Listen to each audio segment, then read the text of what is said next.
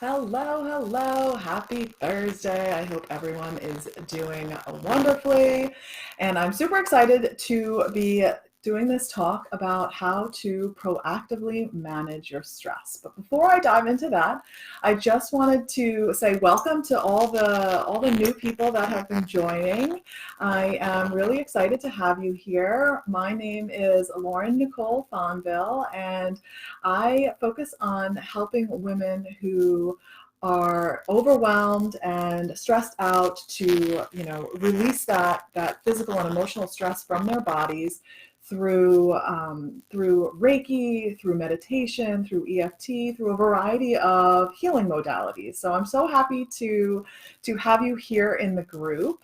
And for those of you that have been participating in the membership contest giveaway, there are a few of you that are in the running for adding the most people to the group, so I'm so excited about it. The contest is going on for another week, so for those of you that are interested, if you add people who are generally open to holistic wellness and energy healing, and they accept your invitation into the group, then you will be, whoever adds the most people and has them accept them, they accept their invitation, then you will win 3 energy healing sessions with me. So, and that can be Reiki, that can be meditation, that can be EFT. We'll talk and we'll figure out what's best for you. So just wanted to touch on those housekeeping items first. But yeah, so now I'm going to dive right into talking about the proactive ways of managing stress. So to start off, really, there are 2 main principles, right? So it's that you have to be proactive with the things that you have control over and learn to let go of the things that you don't have control over. And I know that is not an easy task, right? But that is really what it boils down to, because there are two main types of stress. So acute stressors. And so an example of that would be like if you're walking down the street and I don't know if you're by yourself or with a friend or your child, and all of a sudden this like mean growling dog comes up out of nowhere. So your automatic physical response is going to, your heart is going to start racing. You're going to be nervous or scared or concerned. And then, maybe the owner comes out of nowhere and now you're more annoyed that they didn't have their dog on a leash or something. And, but then you go on with your walk and you're fine again. You calm down, you let it go, right? So that's like an example of an acute stressor. Whereas then there's also a chronic stress. And so chronic stress is something that is lingering for a long time. So maybe it could be, and this could be something that's natural, like prolonged naturally. Like if someone in your family is sick and they're having to be cared for. But most of the time, chronic stress is something, it's our preoccupation with a situation. So for example, like if you have a boss and your boss yells at you about a missed deadline, and you know that the guy's a hothead, but he's singled you out in front of your coworkers, and this pisses you off, right? And so that the event happens, but then you just keep thinking about it. It's continually playing in your mind. You're stewing, you're brewing. You go home. It's affecting the rest of your day, and you're replaying it over and over. And now the stress isn't being triggered by the event itself. It's being triggered by your thoughts about the event. And so that's more of a chronic stress. And so the way that we can begin to work on this is really understanding what is triggering our anxiety, what is triggering our stress. And so sometimes that's easily understood, right? So like if you are, I don't know, afraid of bridges, for example, right? If you're afraid of bridges, obviously driving over a bridge is going to cause anxiety, but it's also could be caused by, it could be leading up to it. So maybe the whole day that before you leave the house, your anxiety is really high because you're going to have to drive over a bridge. Or maybe it's even not just the day or the weeks, it's the weeks leading up to it. There's specific triggers that cause you to have those feelings. And so it's taking a moment to kind of pause and ask yourself what causes your anxiety to rise. And once you can begin to answer that question and really begin to see the patterns that you're having, and if you're thinking, well, I don't know, sometimes I just feel anxious, that's more like generalized anxiety. However, there are triggers. So I would urge you to begin to think about or notice, right? Like when you begin to have those feelings of anxiety, maybe you feel the tenseness in the shoulders, or you feel the heart racing, or whatever it is. Recognize what it is that you're thinking about, right? And try and go from there. Try and work a little bit backwards to figure out what is causing the anxiety, or what is the things that are leading to it, right? And once we begin to see the patterns, and once we begin to have that understanding, it seems a little bit less scary. Yeah, it's still going to hurt, and it's not going to be a fun experience. Anxiety is not a fun experience, but when we have that understanding, it's just not as scary. And so I have said this before, and I'm going to say it again. When we all want to not experience anxiety. We don't like to feel that way. Nobody likes to feel that way, right? So it's this feeling of trying to push it away, trying to run from it. And that's not going to help the situation.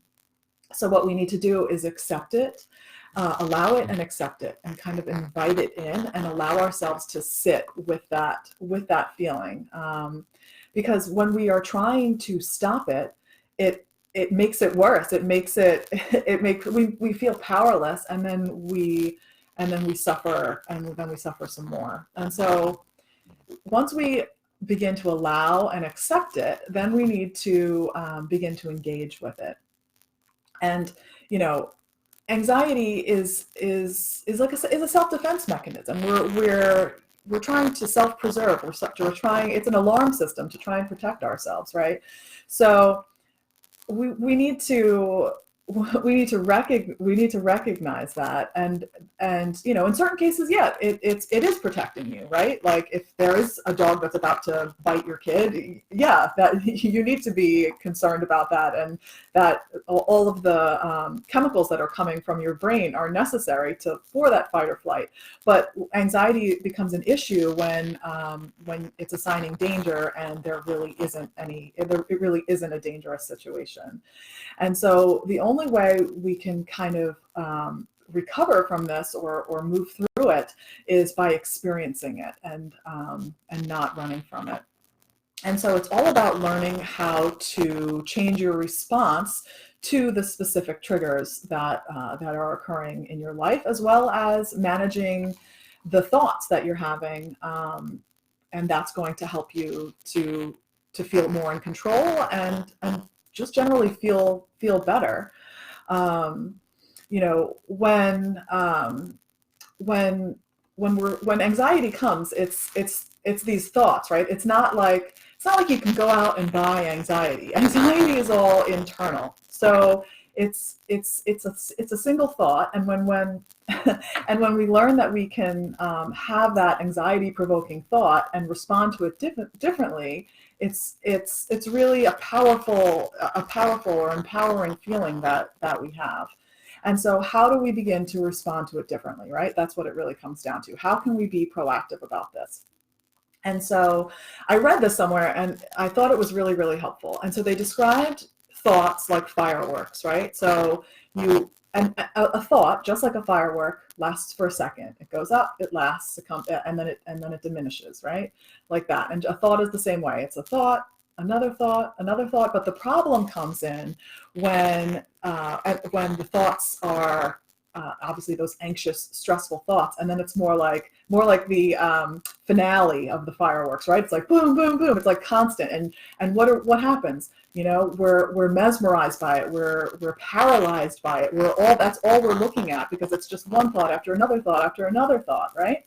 And so what we need to begin to do is not only recognize what the triggers are, recognize when we're having that first thought. And again, this takes time, this takes practice, it takes commitment to recognize when that first thought comes up. And when that first thought comes up, we need to stop looking at it, right? We need to look away. We need to look in a different direction, and that will help bring the space between the thoughts, just like it would be the space between the fireworks. So it's not like that crazy finale of thoughts and overwhelming chaos.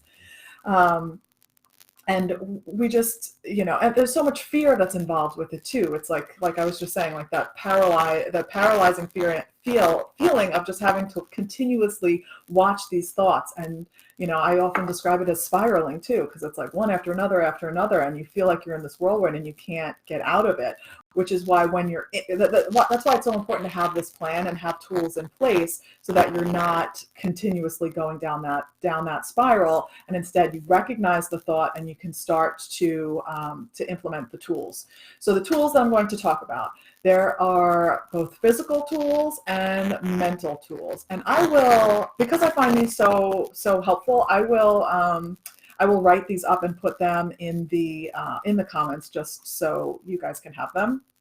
Okay, so here are a few examples of physical tools. So if you're home, you could take some ice from your freezer and just like put it on your skin, put it on your hand, and just watch it melt, feel it melt. It's going to distract you. It's going to have it's a way of just changing your thought process, looking at something else. You're looking away from those anxious thoughts. All of these things that I'm going to be saying, they're going to help you tune into your senses. That's what this is all about, engaging the senses. So I'm sure some of you have heard about like having a rubber band on your wrist and just kind of flicking that rubber band. Another thing is having flavored mints or gum in your bag, and being able to just take that out and focus on the sensations in your mouth, focus on how that makes you feel. Again, distracting you, putting your attention in a different direction. You could count all the change that you have in your pocket or in your purse. You could take out essential oils. I have like a bunch of these, and I'll keep them in my bag, and sometimes I'll take a drop, put it on my hands, just rub them, and then put them over my, cup them over my face, and just take a few deep breaths in. It brings that relaxation sensation. You could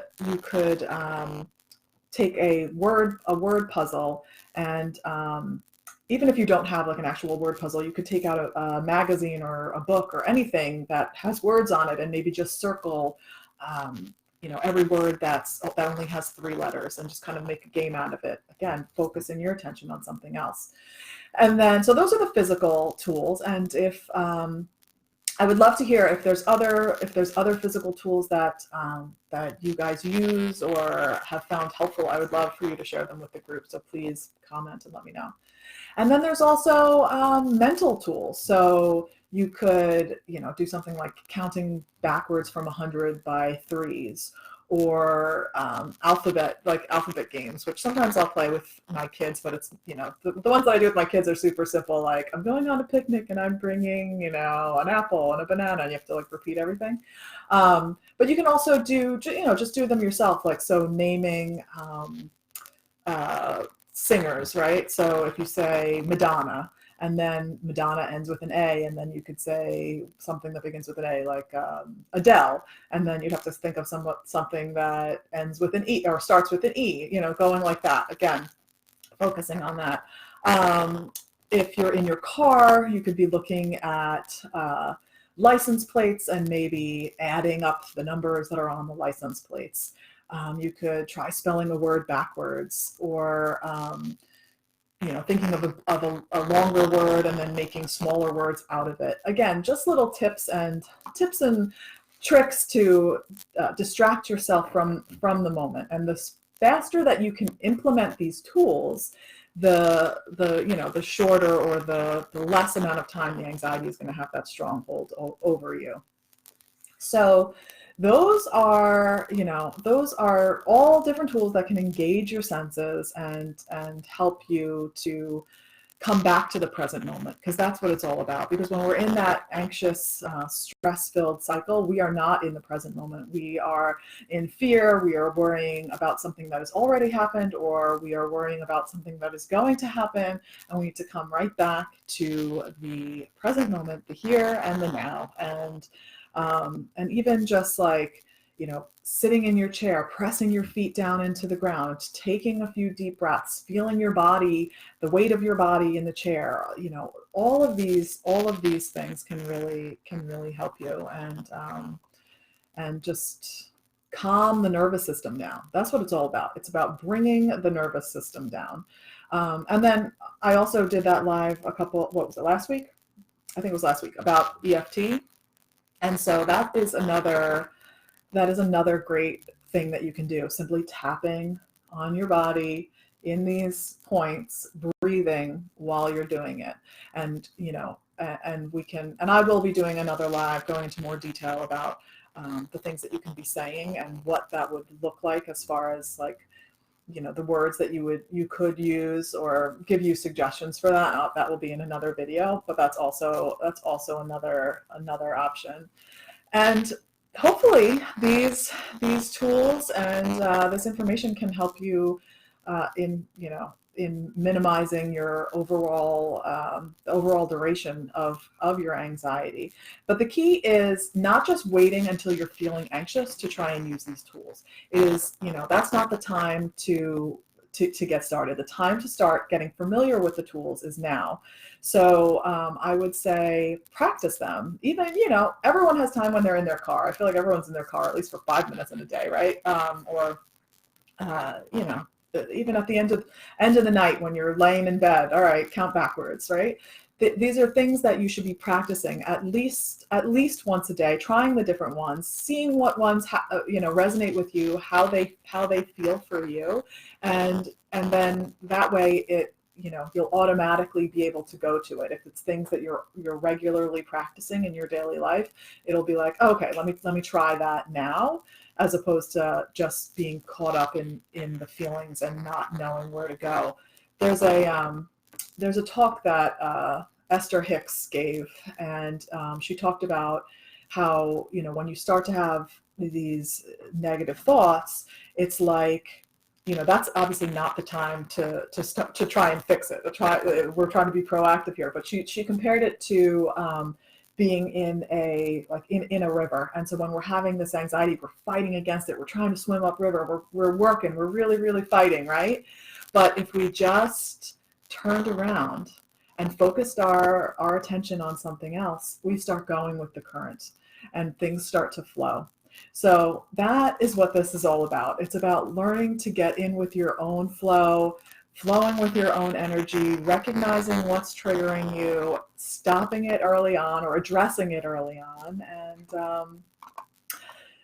and then going from there. So let's see. Nikki, physical tools we like are squishies and putty, lavender, chewing gum, and I'll see if I can think of some more. Yeah, it's awesome. A stress ball. Like my kids love playing with stress balls, and anything that you can touch, or that's going to just bring you back to that moment, the here and the now.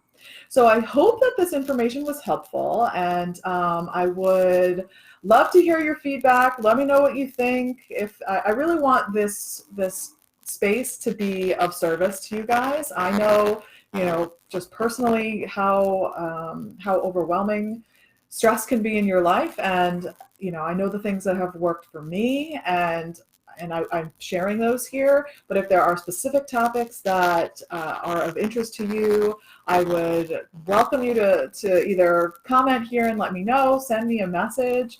I want to provide the best content that I can for you guys, because it's all about feeling good. I'm all about helping people feel good, because we deserve it. We are here on this planet not to be stressed out and overwhelmed and anxious. We are here to feel good and fulfill our purpose. So I am sending you all so much love today, and I hope everyone has a wonderful rest of the week. And if I just wanted to retouch, if you guys came in late, if you are participating in the free giveaway membership contest that is going on through the end of the week. That's a pinned post on there just explaining how that works. So be sure to check that out. And I hope everyone has a fabulous day, and I'm sending lots of love. Talk to y'all later. Bye. Oh, you're welcome, Nikki. Bye.